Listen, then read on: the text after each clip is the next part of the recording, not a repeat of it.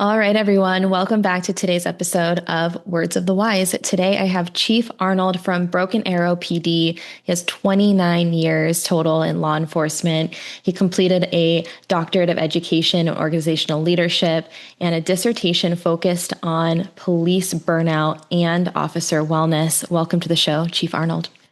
Thanks, Paige. Thanks for having me. Of course, I'm really looking forward to it. I actually got really excited when I was going through your bio. I was like, man, he's an expert in wellness and leadership. So I'm really excited for you to share your knowledge and education with our listeners. But I was hoping that we could first start with a little bit of background on you, anything you want to share about yourself and your department. Yeah, absolutely. So first about Broken Arrow, we are in Oklahoma. We border Tulsa, and we're the largest suburb in the Tulsa metro. So about 125,000 people. We have about 165 sworn officers and 71 professional staff. Full service agency that runs not only the police department, but animal control, the jail, just probably the want to point out too, literally one of the most talented organizations I've been around. I didn't come up through Broken Arrow. I was fortunate to come in from the outside, but have truly been blessed by the amount of talent and the amount of potential that we have and that our community has. It's just a fantastic community. We were ranked in the latest U.S. News and World Report as the 12th best place to live in the country. Wow. So that's something pretty exciting for us.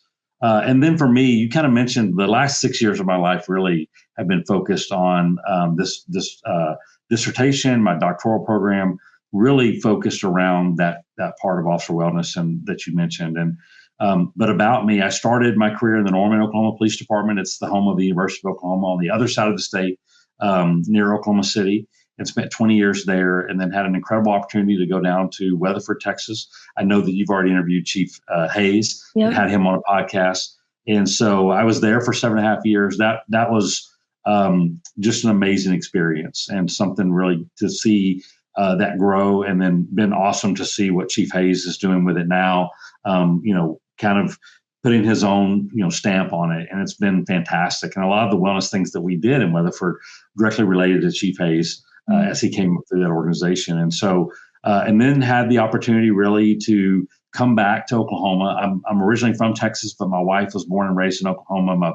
Both my sons, who are adults now, were born in Oklahoma. And so an opportunity to come back home, get her a little bit closer to mom and dad, and also to just lead a little bit of a larger agency, but an agency that I just felt called to be a part of, and something that I felt like I could really make a difference here. And coincidentally, I mentioned the talent, but didn't know really how much talent we had. I mean, knew it was a progressive agency. I knew they had a great reputation. They had some stumbling blocks along the way, and I knew that too. And I came into that with eyes wide open. But when I got here, just an incredible group of people that are committed to this community, committed to each other, and committed to their craft, regardless of what their role is in the police department. And it's been just an exciting time. I've been here now about 17 months and love waking up and coming to work every morning. Can't wait to be here. Stay late a lot to my wife's chagrin, but just have a lot of great things going on. So. Well, what a blessing to not only love what you do, but to love the people who you're surrounded with and to be proud Yeah. of what you do and proud of the people who you work beside. So thank you so much for sharing that. It's really interesting. When we popped on the call at first, before we hit record, I was trying to pinpoint your accent because I was like, man, like it sounds really familiar to me. And then you said Texas. I was like, oh, okay. That makes total Yeah. sense now. It like totally connected the dots for me. So thank you for giving some background. I Yeah. do want to ask you a little bit about leadership. I know that leadership is something that's important to you. You've been in leadership for a long time. What is your leadership philosophy? And maybe what is the number one skill that you think every leader should have in order to be effective? Wow, that's a tough question. It's a great question too. So overall, my philosophy, and it's been something that I've honed over time, but what I've really come down to now, I'll give you two pieces. One is after 6 years of doctoral work on leadership, Mhm. if I could drill that down to be one word, it would be relationships. And so, that's also the skill that you need, is one, to be able to really establish deep, meaningful, intentional relationships. the other part, there's so many other skills. I'm a big fan of emotional intelligence. I believe you absolutely have to have humility. But I think when you talk about the willingness and the openness and the vulnerability to establish deep, well-connected, meaningful relationships, then all of those other pieces kind of fall in. You have to have humility. You have to be vulnerable. You have to communicate well, and you have to have that emotional intelligence to really be able to do those. So to me, that's the biggest and best. I remember early in my career going to management training, not leadership training, management training, where the instructor would say, you cannot have a relationship with your subordinates. And I even detest the word subordinate, to be honest with you. I only use it when I give this example because I don't believe anybody in this department is subordinate to me.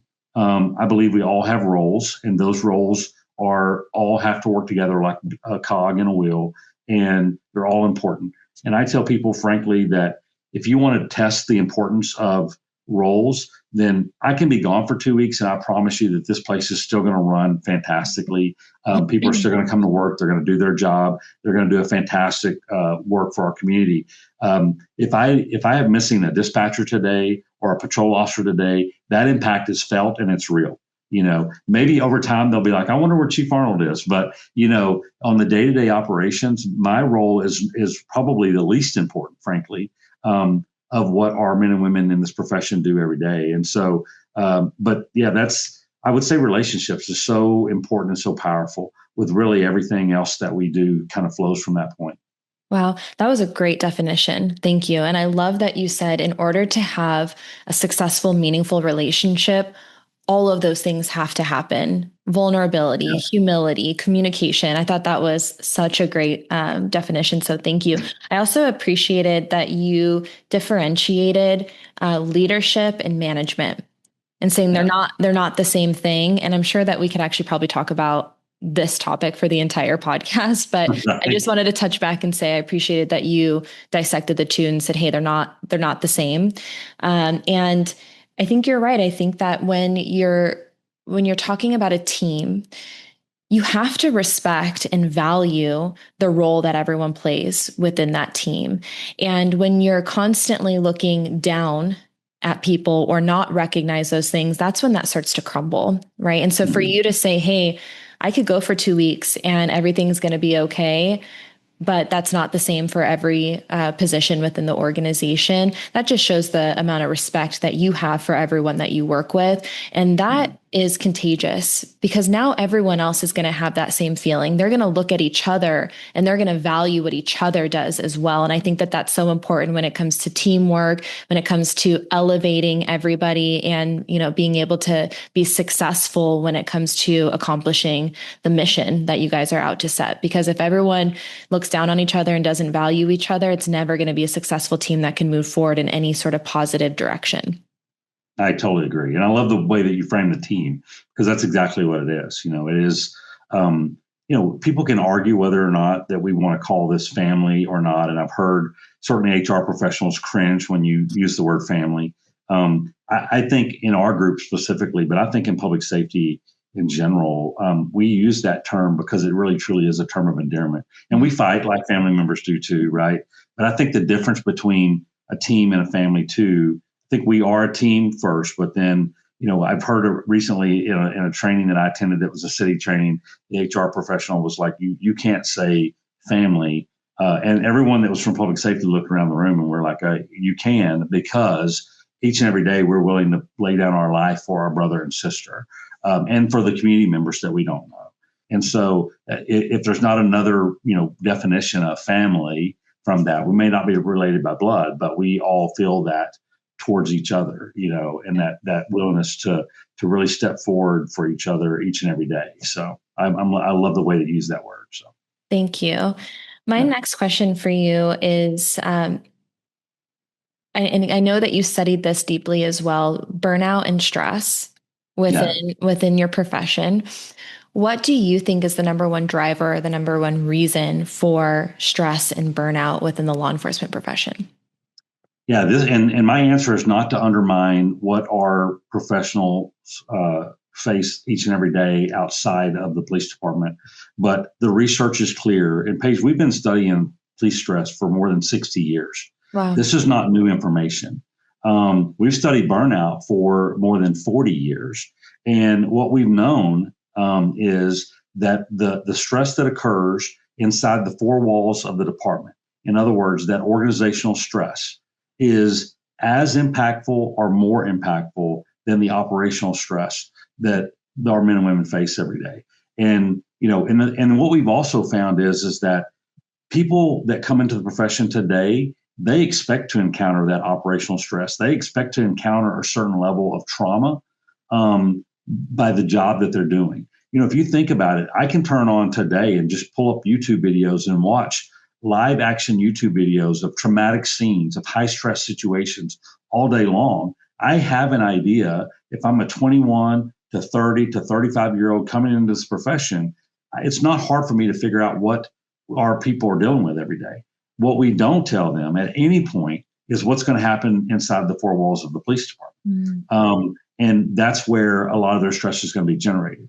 And the reason why that's so important is because, and again, this is not to undermine the stress that does occur operationally, because we do need to address those things too. So this is not an either or, it's an and but. Mm-hmm. And so it is, hey, we can do both, and it needs to be multi-layered interventions. But we focus so much on the individual intervention for the traumatic events in this profession, and we don't really go with interventions that attack the underlying conditions of the job that are organizational.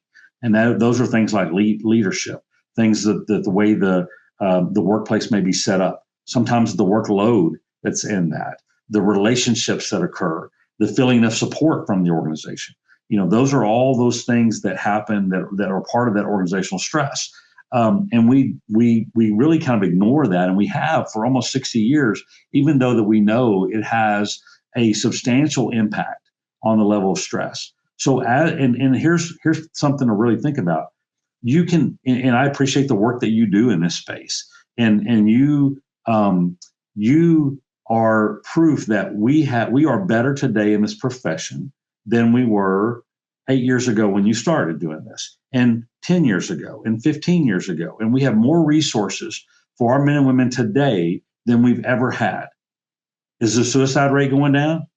Is the early leaving the job before retirement going down? Is the stress levels going down? And is the burnout going down? And unfortunately, the answer is no on all four of those. Mm. And so, again, the interventions that you're doing and the interventions that we're doing for individuals are important. And it's not to undermine that. But what we're failing to do is actually explore and enact interventions that are going to work on those actual job conditions. Because, Christina Maslow, who is kind of the godmother of burnout, she's kind of the one that's done the most and really brought burnout into existence in the academic world. And even back then, she was saying, this is in the 1990s, and she's saying, we have created interventions to fix the person, and we've done nothing to fix the job or the conditions of the job that's actually causing the burnout to begin with. Wow. I have had officers cry to me about this very thing that you just talked about. And they like with tears in their eyes, obviously it's not like they weren't sobbing on my shoulder, but they were misty eyed, and they're like, Paige, and they said exactly what you said. They're like, I have seen everything that you could possibly see out there. And they like went into detail with some of it. Mm-hmm. I've seen this, I've seen this, I've seen this. They're like, nothing compares to how I feel within the organization and the lack of support that we feel within the organization. And so I have had officers say that to me. So you're exactly right. And I'm sure there are a lot of people who are listening to this who have experienced that too. And so I know you said we're not focusing on how to fix that part of it. What is your solution, or maybe what is like the first step to, fixing workplace culture, or, trying to reduce the stress that you feel within the four walls of the organization? Right. That's a great question. And for me, I'm a systems thinker. And really everything that we are talking about is systems related. And the biggest, so the first step is acknowledging that we need to recognize that portion of the load that we're putting on our people. And then secondly, we need to start to break down that system and the system errors that have been created. When you think about recruitment and retention, and you hear like if you ask chiefs around the country, what's the number one challenge facing policing today? They're going to say recruitment and retention. Mm-hmm. But we focus a lot on recruitment. We don't focus a lot on retention. And what I really mean by that is that it's not what we think, well, we've got to get people pay raises. We've got to get them this or that or whatever. But we're not actually looking internally within ourselves. How's our leadership? How are we selecting leaders? How are we assessing leaders? And then how are we developing leaders? Mm-hmm. So we send leaders to training and we say, you've been developed. Congratulations. Go forth and lead. And then that's the end of it. And then you're really left to your own device at that point to like, what kind of leader are you going to be? And you know the adage, and I know you've heard it, but it's so true in policing, just like it is anywhere else. People don't lead this profession. They lead their supervisor. They lead their direct supervisor. And so, we did a climate and thriving survey here, and it was the second one we've done since I've been here. And our purpose, the people that answered this, we had 130 of our 230 that answered the survey, and they are clear on their purpose and they believe in the mission and purpose that they're pursuing every day. But they also, what scored the lowest on that? Psychological safety. Well, that's a leadership thing. It's something that we have to continue to model and continue to build. The feeling of support, like you mentioned, is, regardless. And where does that come from?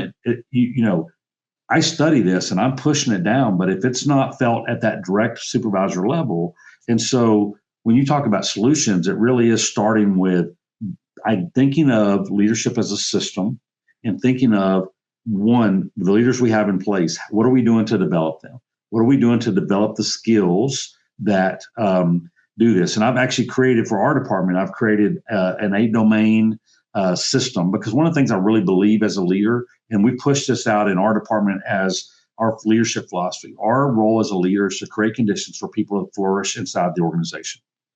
And I believe that when they have these conditions to flourish, then when they go out, a lot of the things that we worry about in executive levels of policing is, our legitimacy out in the community, our relationship with the community, all those things. Well, guess what? When you focus on people in your organization flourishing, all the other things that are external to your organization, they take care of themselves. Mm-hmm. Your people feel supported. They go out and support the community. They feel valued within your organization. They go out and value community members when they're modeling that inside the organization. So we identify those skills. And so the 8 domains go off of an acronym that is flourish.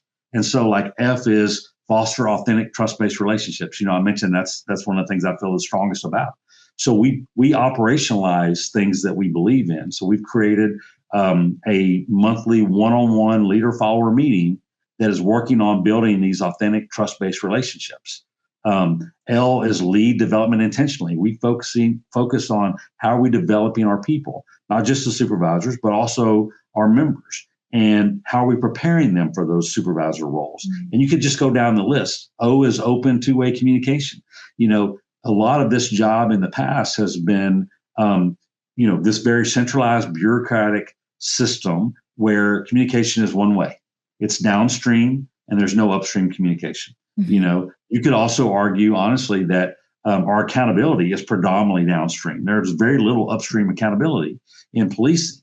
And so as you start to kind of break down these things, and my specialty when I was doing my doctoral program was positive leadership. And so a lot of this comes from the ideas of positive leadership, which is how are we building positive relationships, creating positive communication with positive climate and positive meaning. And this Flourish acronym came through my dissertation, but U is uphold and support well-being. R is recognize contributions and strengths, and you can just continue to kind of go. And there is an accountability piece to that too. But it's really the behaviors that we say we want our supervisors to exhibit, and we want, more importantly, our members to experience. Because we go back to why are people leaving the organization? It's the experience that they get from their direct leader. And so that's what we're working on, is how do we develop that? How do we take those same behaviors and assess whether or not they're happening? Not to get a supervisor in trouble, but to continue to build and grow that supervisor to be better. And then when we're selecting supervisors, Paige, in most police departments around the country, especially larger police departments, a supervisor is selected by how well they do on a written test, or how well they do in front of an outside assessment center with people that don't know them or know anything about them. And we use these in the interest of fairness and equality, but we're not assessing what somebody's potential is to be a leader. We're not assessing what their capacity is to grow into a position. We're just picking because they got more questions right on a written test. And then we put them in this position, and then we never go back and actually talk to the people that are experiencing this leader to find out, what do they think?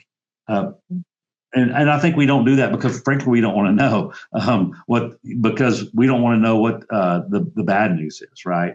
And then we wonder why we have these issues, and we wonder why people are leaving the profession early.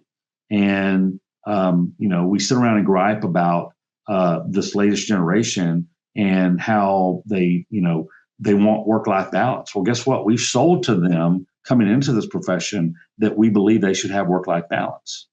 And then when they come into the profession, we get pissed off at them because we can't fill an overtime sheet, So we're not being upfront and honest with them from the beginning, but then we're also not modeling that. We're telling them, like, don't fall into the traps we did, working all these part-time jobs and doing all that kind of stuff. And then when they don't sign up for overtime, we're like, they won't ever sign up for overtime. Well, we've told them all along that we want them to have this work-life balance. Yeah. So that's a system problem too. And so when you start to see that all of these things are connected, not just leadership, but really all these other things are connected, how we support, how we develop, then you start to treat it like that rather than these separate independent fires, if you will, that we've had. Retention and recruiting is this fire that's burning really hot. Police legitimacy is this fire that's burning really hot. Police wellness is this fire that's burning really hot. Well, we do this program and we do this program and we do this program, but none of them are interconnected. All of these are symptoms of a greater problem that's in the organization, and they're all interconnected within the system. And frankly, and I use this analogy, but we've just been aiming the hose at the smoke and not at the fire. Mm-hmm. And so we try to treat the symptoms, and we treat them very independently, and we don't look at it like this is a system-wide problem. So there's a very long-winded answer to say leadership and systems really are the way that you approach and the way that we're approaching those issues today. I am so excited. I loved that answer. Thank you. And I'm a huge solution-based conversation person always. And I think we have to look at things and we have to ask ourselves, why are these things happening? Is there a better way of doing these things? Chicken or egg conversations, and what you said earlier that I thought was really important to circle back to is the accountability piece to it. And it requires a lot of humility and honest conversations with yourself and with each other to identify some of the things that you just talked about, to sit down as a leadership team and say, are we the problem? Could we be better? Are there ways for us to develop each other or future leaders better? Are we the fire? Can we find solutions for this? It's very hard for a lot of people to look at themselves and say, am I a part of why these things are happening? And is there a way to do better? But it's required, right? For any sort of forward trajectory, we have to have those honest conversations with ourselves and with everyone, on our team, regardless of what industry you're in. You always have to try to look at yourself and see, can we improve? But I would imagine that it's not always an easy thing to do. No, but like you mentioned, we are a well-funded, well-resourced department that clearly is constantly thinking about leadership and constantly thinking about how we can improve. And for me to tell you that in our latest, climate survey, where we are missing the mark on psychological safety. And this is coming from an agency that is focusing on things like psychological safety, and we're missing the mark. And so, but you have to your point, you have to want to measure that. And you Mhm. have to want to evaluate that. And you have to want to get to the root causes and not just the symptoms that you're seeing out there. Yeah. Thank you. And, obviously it's very apparent, and anyone who's listening can tell that you're really passionate about this and passionate about leadership, but also organizational wellness. Can you tell us why? What is your why? Why are you so passionate about wellness and creating positive change? Yeah, there's two reasons. The first one is very personal in that, I've almost left this profession twice. Mm. And I still feel like, I appreciate you mentioning my passion. It is, a lot of people say it's evident in me. I do get excited about it. But I feel like I have a lot left to give to this profession. But at the same time, I know that through the course of my career, almost twice, that I just completely walked out because I've been in those positions where I was burned out, where I asked for help, and I got no response. And so that's first and foremost. And then the corresponding piece of that is that what I want and what I envision is a place where the men and women that do this, that put themselves out there to give so much to this community over the course of their career, that they don't find themselves in positions where I've been in my past. And that's what's important to me is that, I had a great mentor that had taught me, our job as leaders was to get people to be unbroken when they left the department. And I went with that. And then at some point, as I became a chief on the first go around, I thought that's not good enough. Like, that's like the baseline, right? And so, but honestly, from a place where we were coming from, unbroken made sense. But then I thought that's just not good enough.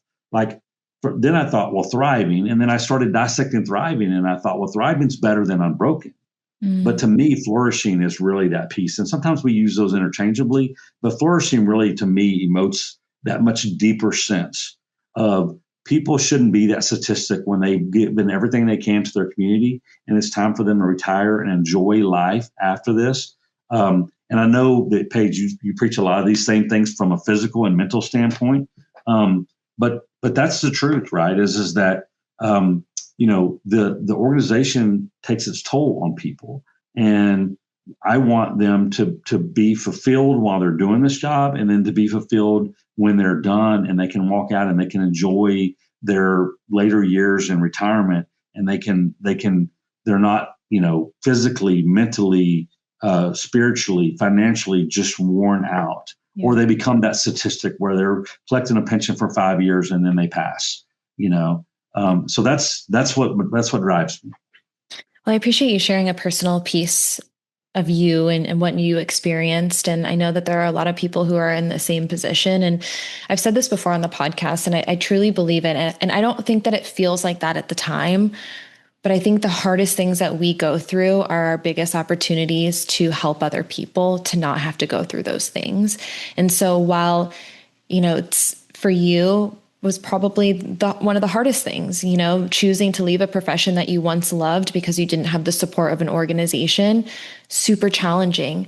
But because you have that experience now as a leader, you get to say, I don't want anyone else to feel that way.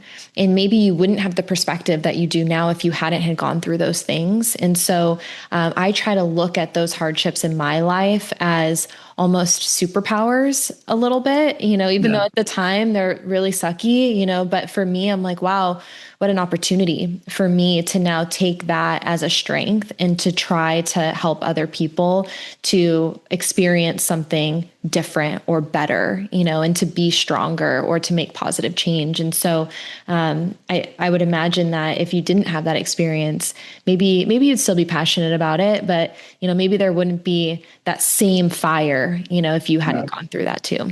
no, you're absolutely right. I agree. Yeah.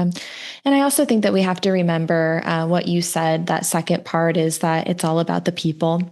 I find that a lot of the conversations that I have end up being dollar and cents and ROI conversations from a money perspective, which obviously is a part of it. We know budgets are a thing. But my hope is that when we're looking at wellness as a whole, when we're looking at what we're trying to achieve, that we remember that it's about the people. that Mhm. these are not numbers that we're talking about. It's not a checkbox that we're talking about. These are human beings that deserve to get to the end of this career and flourish and have a long and successful retirement and be able to enjoy the fruits of their labor and to not be completely shattered at the end of everything. And I think sometimes in the conversation, it feels a little cold. Like it feels like we've lost the why behind it, and that like these Mhm. are, the why is the people always, and how we get there might look different, for different organizations or, but I just hope that everyone remembers that like the reason, the ROI, yes, there's money associated sometimes with some of the things that you do, but the ROI is the people. The ROI is watching someone get to the end of their career and flourish and have, a successful retirement. That's the real true ROI. And so I just hope that everyone remembers that we're talking about human lives here. Absolutely. And listen, there's constraints in everything that we do. But what I find is that a lot of executives go into that all or nothing mindset, right? Mm. Of like, here's a dollar amount for this program or to do this initiative.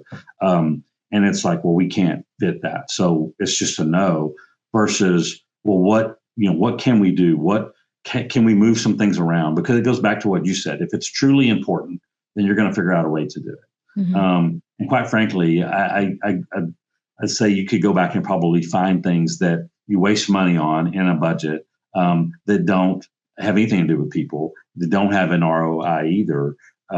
But it's that new thing too, right? Of like, um, and they come into this mindset of all of the reasons why this won't work.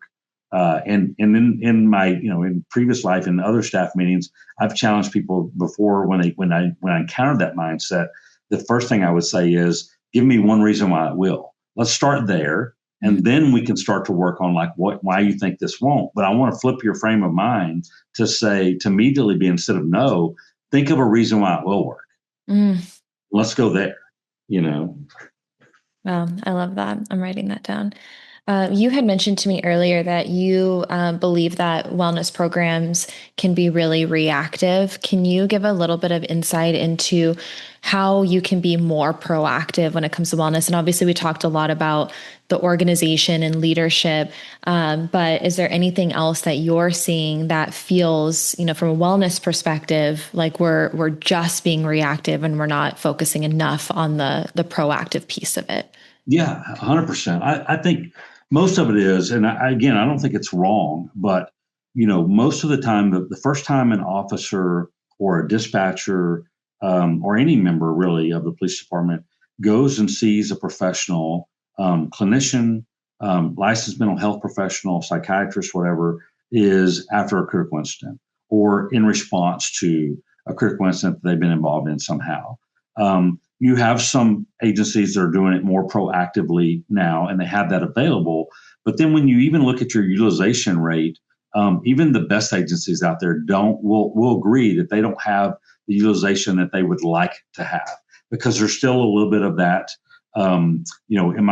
Is this going to lead to something? Is this going to take away my profession? There's just a lot of stigma still associated with that. But when you're only introducing it to after an event, then it becomes associated with that rather than the norm of long before a critical event occurs. Mm-hmm. And so when I was in Weatherford, one of the things that we did was we established, and this is controversial, but we made it a mandatory mental health checkups.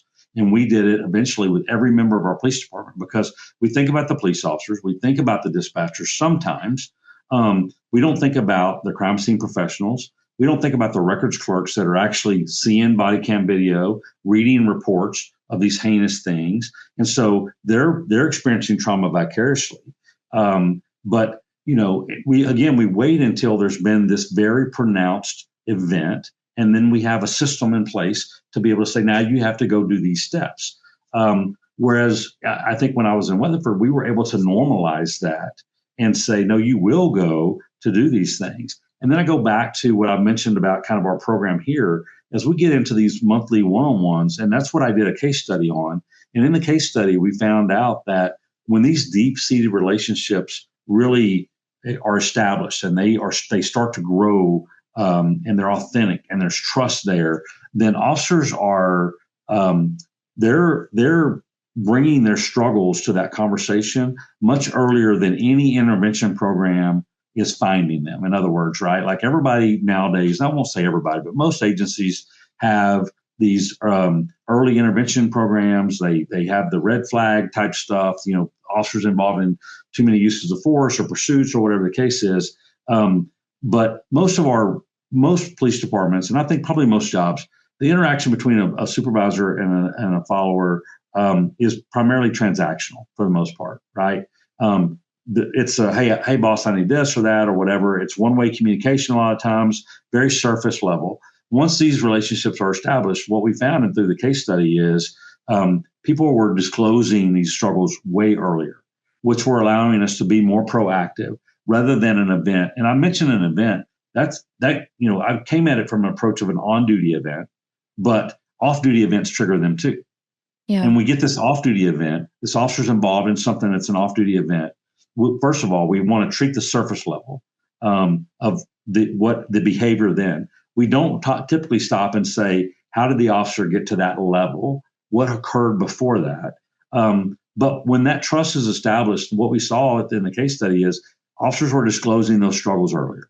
And that was allowing interventions to take place that didn't even necessarily have to rise to a licensed mental health professional. Maybe they just rise to, and I'll give you a perfect example. In the case study, there was an officer that was telling their supervisor, I've been needing to work on my fence for 3 years. And the supervisor's like, well, why haven't you done it? And they're like, well, when I go home, I just don't want to do anything. I just stare at the walls and or just watch TV. I just do whatever. I just don't feel like doing anything. And so the supervisor kind of stays on them and has conversations and reoccurring and like, well, what are you doing? What are you doing this weekend or whatever? And really about 3 months into this relationship and this conversation, the officer texts the supervisor on the weekend a picture of him rebuilding his fence. And so that didn't involve bringing in a professional or any of that other kind of stuff. And so those are things like I'm talking about being more proactive in that. Instead of waiting for the bang to occur, we are making it normalized. We are creating conditions for the disclosure of struggles, for the trust that disclosure is not going to impair my ability to do my job, and those kinds of things. And so that's the kind of stuff I'm talking about. Yeah, I think it circles back to what you said earlier about relationships. Yeah. You building a relationship with somebody and getting to know them and understanding some of the challenges that they're going through, even as simple as I've been needing to build my fence for 3 years, and then having a relationship that motivates that person to take action and to start building their fence. I mean, again, we go back to ROI, like, what did that take? A little bit of time and effort to get to know someone and have a conversation and build a relationship. It's interesting. And I'm going to put this in the context of what I know, because we all know what we know.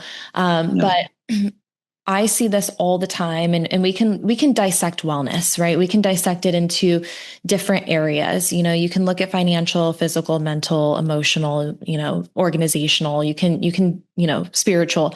But I'll put this in a really simple example that I see a lot is from a physical perspective.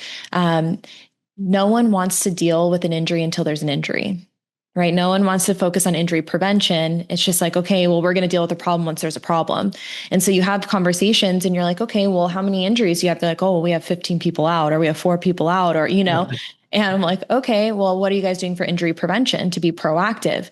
And almost every organization that I speak to across the country is like, nothing. We're not doing anything for injury prevention. We're just waiting for injuries to happen. And, not to sound cliche, but if it's predictable, it's preventable, right? Like we're not going to eliminate injuries. That's never going to happen. There's always going to be injuries, but most injuries can be prevented. But it takes proactive effort. And what you said before, if you take a look and say, okay, well, what was happening before that? where Yeah. people like working out really heavy and they're super, super tight and now they're pulling hamstrings because they can't move. Are people overweight because they're not taking care of their nutrition, and that's contributing to injuries? We know that cardiac arrest is one of the top reasons for death in law enforcement, but what are we doing about it? Are we focusing on the stress? Are we focusing on trying to get our people, trying to get the people within your organization, maybe to drink less caffeine? Are we focusing on movement? Because we know sitting increases your chances of cardiac arrest by like 400%. Are we focusing on nutrition and education and trying to get in front of these things? And a lot of the times the answer is no. And so we wait until there's this big problem, even something as simple as pulling a hamstring, to be like, oh no, what do we do? Now we got to work overtime and everyone's got to pick up the slack. And so I think that we can take a look at every aspect and we can ask ourselves those questions. Are we being proactive? Are we getting in front of it? Or are we just waiting for something to happen and then addressing it at that point? Right. And what you just said is exactly what I alluded to earlier is that it's a systems thinking, right? Mm-hmm. All of these things are connected. And we look at it from a system-wide perspective. You just list it off, and you did it in such a great way, but you just rattle off all these things that typically we look at as separate independent factors. Mm-hmm. We never put them all together and say it's A, B, C, D, E, F. We just are like, we go back to that preceding the immediate event. This is what happened, boom. And then to your point, we do more physical therapy than we do anything leading up to that point, right? So, yeah, absolutely. Well, I appreciate your focus on proactive wellness. It's definitely something that I've focused a lot on too. And I think we're getting there. I think that even just having these conversations where it's just opening up the conversation and the mindset of, okay, like, can we think of things differently? Are there steps and processes that we can put in place that look different? What do those look like? How can we start? And, obviously everyone's going to have a different jumping off point, but it's like, how can we just put one foot in front of the other and continue to make progress over time? And, I'm sure that you would agree with me and that we've made a lot of progress, even, in the last 10 years, there's been a lot of progress. There's still a ways to go, but having these conversations, I think, helps to open up the minds of, people who maybe don't think that way or maybe didn't consider it in that way. And so I appreciate you sharing your perspectives and your thought processes and how you're doing that within the organization. My final question for you is for the younger generation, the younger men and women who are entering into this profession today, tomorrow's future leaders. What words of wisdom would you share with them? Simply, I would say be the change. And what I really mean by that is that when I say we, I put myself into this category of maybe the older generation of, people who've been doing policing for a while, the more tenured folks, I guess I would say. And we say, the younger generation, of course, every generation says this, by the way, the younger generation is not like us or whatever. And quite frankly, it's good that they're not like us because they do come in very aware of themselves. They do come in very passionate about their purpose and very clear on that, and so, but when I say be the change, it's like, rather than a lot of young people nowadays don't want to put in for promotion.